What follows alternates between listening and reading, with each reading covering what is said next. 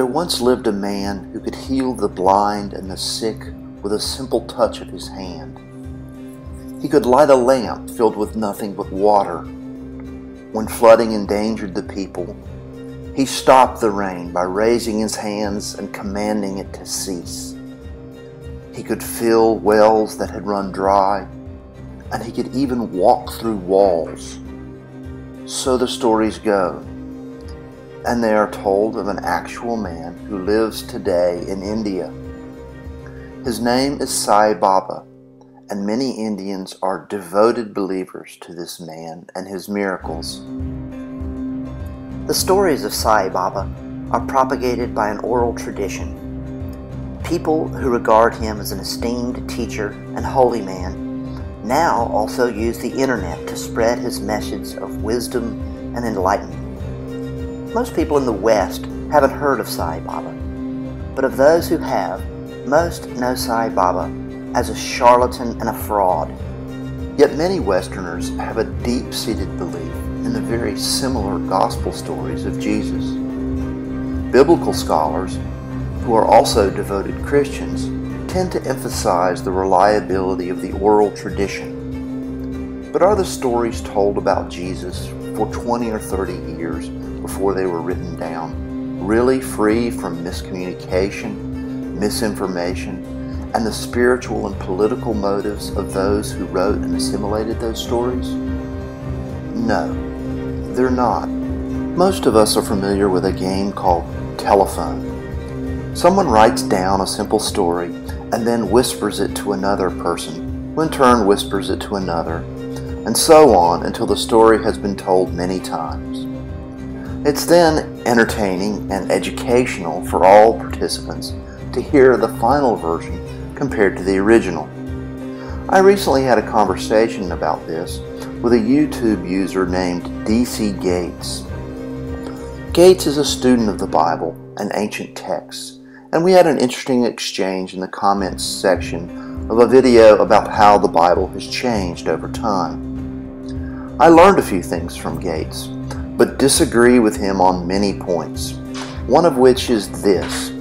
He claims that sociologists studying oral cultures testify to their remarkably impressive ability to maintain oral traditions faithfully for sometimes up to several centuries.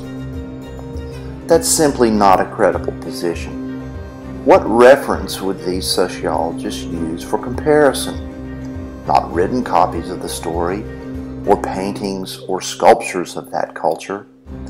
If those were available, it would not be, by definition, an oral tradition. Perhaps one could compare the written traditions of a more advanced culture to a less sophisticated one that had existed at the same time. However, the oral culture would have to coexist with the written culture without interacting enough to be influenced by the other's written history.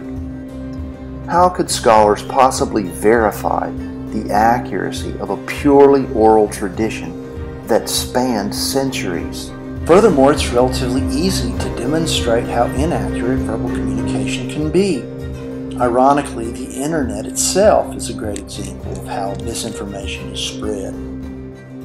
Yates believes that ancient people who relied on verbal communication were somehow more careful and accurate than modern people who have come to rely on written audio and video records. He gives an example. When given orders, Roman legionnaires were only allowed to leave after repeating those orders to his officer verbatim, word for word. This example actually undermines Yates' arguments. Even in the days of the Roman legions, when verbal communication was heavily relied on, Romans knew how inaccurate and unreliable it could be. It's also easy to see how people with a certain religious belief would be motivated by fear, hate, jealousy, compassion, imagination, and desire to change those stories to suit their purposes, especially over the course of decades. Yates believes we can rely on a rabbinical tradition of honor and scholarship because the writers of the Gospels had such respect for Jesus. Yet it's easy to demonstrate that this is not the case now that we have so many examples of stories written about Jesus shortly after the time of his death that weren't regarded as true by the compilers of the Bible. The Gospel of Thomas the Gospel of Mary, the Gospel of Judas, the Gospel of Truth, the Gospel of Philip.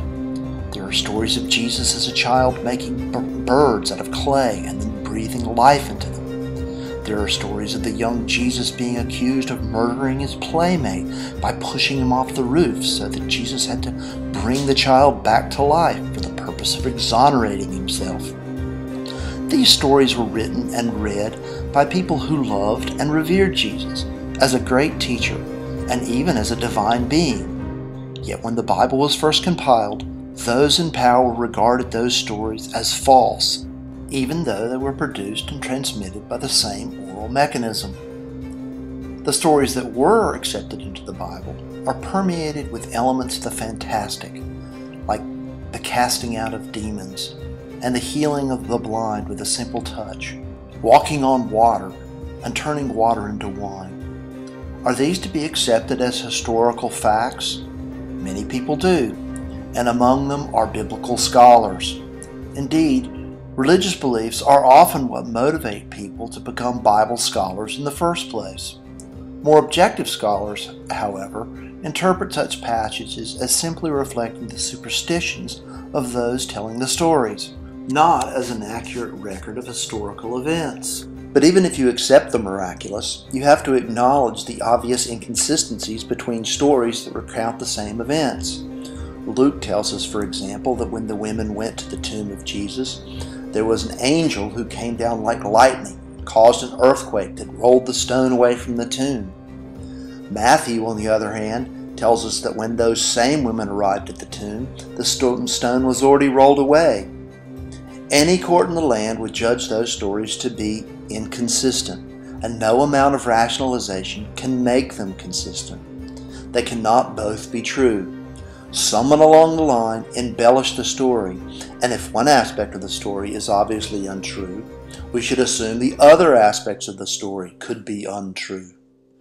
As I said, many people accept these stories as a matter of faith, despite the inconsistencies, and they are heavily biased toward the idea that oral tradition must carry a story unchanged from generation to generation. A way to get beyond one's own biases is to look at stories that are not part of one's own faith. Take the Iliad, for example. Is it a story accurately transmitted by oral tradition with its portrayal of gods and goddesses, Hector, its noble hero, and Achilles, its childish, brooding son of God?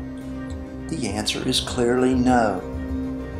There was no Zeus or Aphrodite, and Achilles, if he existed, was not divine. There was, however, a city called Troy, and a protracted conflict between it and the ancient Greeks. Perhaps there was even a person called Agamemnon, and certainly the story is full of truths regarding human behavior. So while many, if not most of the details of the Iliad are not true, there remains at its center a core of truth. It's important to remember, however, that its central truths are not evidence for the truth of the miraculous, nor are its miraculous elements disproof of its more mundane claims. The fantastical aspects of the story are ornamentation that are interpreted as reflecting the religious beliefs of those who wrote it. Or perhaps they reflect a simple fondness of fantastic stories. Our culture certainly shares that with the ancient Greeks and Hebrews. Just go to any movie theater and see what's showing. The same is true of the Bible. At its center lies the historical Jesus. And while there are many people who believe that every word of the Gospels is the absolute truth, it's clear that we have a heavily ornamented version of his life. The actual person called Jesus and the events of his life were very different from that which is portrayed in the Gospel. Oral tradition simply does not transmit a story over time without its authors injecting their own biases, whether it is a conscious distortion or not. From the very beginning, misunderstanding, misinformation, and the motives of its authors heavily influence what we read in the Bible today. And the central historical truths of the Gospel are not evidence for the miracles it also relates.